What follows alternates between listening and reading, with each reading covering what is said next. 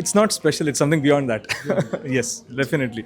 Love mocktail 2 ಆಗಿರಲಿ 3 ಆಗಿರಲಿ, and 3 is definitely one step above 2 ಅನಿಸುತ್ತೆ ನನಗೆ. ಬ್ಯೂಟಿಫುಲ್ ಸ್ಟೋರಿ ನರೇಷನ್, ಮ್ಯೂಸಿಕ್ ಮಾಡೋಕ್ಕೆ ನನಗೆ ತುಂಬ ಸ್ಕೋಪ್ ಸಿಕ್ತು. Also me being a new dad, okay. That has help me a lot to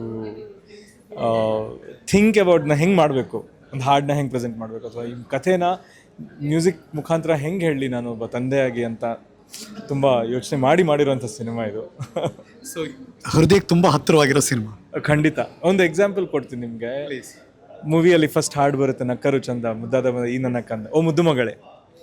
ಆ ಹಾಡಿಗೆ, ಆ ಸಿಚುವೇಶನ್ಗೆ ಹಾಡು ಮಾಡಬೇಕು ಅಂತ ಹೇಳಿ ನಾನು 3-4 ಆಪ್ಷನ್ ಮಾಡಿಬಿಟ್ಟು ಫೈನಲಿ ಏನು ಮಾಡಲಾರ್ದೆ ನಾನು ಶಿಕಾಗೋಲ್ಲಿದ್ದೆ ಆವಾಗ. ಮಾಡಲೇಬೇಕಿತ್ತು.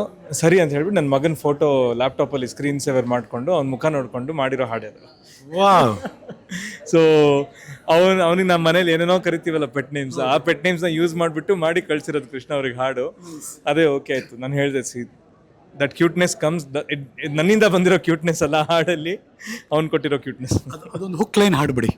ಓ ಮುದ್ದು ಮಗಳೇ, ಮುದ್ದಾದ ಮಗಳೇ, ಓ ಮುದ್ದು ಮಗಳೇ, ಮುತ್ತಂಥ ಮಗಳೇ, ಓ ಮುದ್ದು ಮಗಳೇ. ಇನ್ನು ಫುಲ್ ನೋಡಬೇಕು ಅಂದರೆ ಥಿಯೇಟ್ರಿಗೆ ಬರ್ಬೇಕು ನೀವು ಅಷ್ಟೇ. ಬಟ್ ಬಿಯಾಂಡ್ ದಟ್ ಇಲ್ಲೊಬ್ಬ ನಟ ನಕುಲ್ ಸಿಕ್ಬಿಟ್ರಲ್ಲ ನಮಗೆ ಅಂತ. ನನಗೂ ಗೊತ್ತಿರಲಿಲ್ಲ ಇದ್ರ ಬಗ್ಗೆ.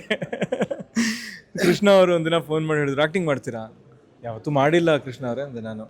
ಪ್ಲಸ್ ಮ್ಯೂಸಿಕ್ ಮಾಡಬೇಕಲ್ಲ. ಹಾಂ ಪರವಾಗಿಲ್ಲ ಬಿಡಿ ಮಾಡೋಣ, ಲ್ಯಾಪ್ಟಾಪ್ ಎಲ್ಲ ಇಲ್ಲೇ ತೊಗೊಂಬನ್ನಿ, ಗ್ರೀನ್ ರೂಮ್ ಇದೆ. ಹಾಂ, ನೀವು ಫ್ರೀ ಇದ್ದಾಗ ನೀವು ಮ್ಯೂಸಿಕ್ ಮಾಡಿ, ನಾನು ಹೇಳ್ತೀನಿ ನಿಮಗೆ, ಬಟ್ ಶಾರ್ಟ್ ಇದ್ದಾಗ ನೀವು ಬಂದರೆ ಸಾಕು ಅಂತ ಹೇಳಿದ್ರು.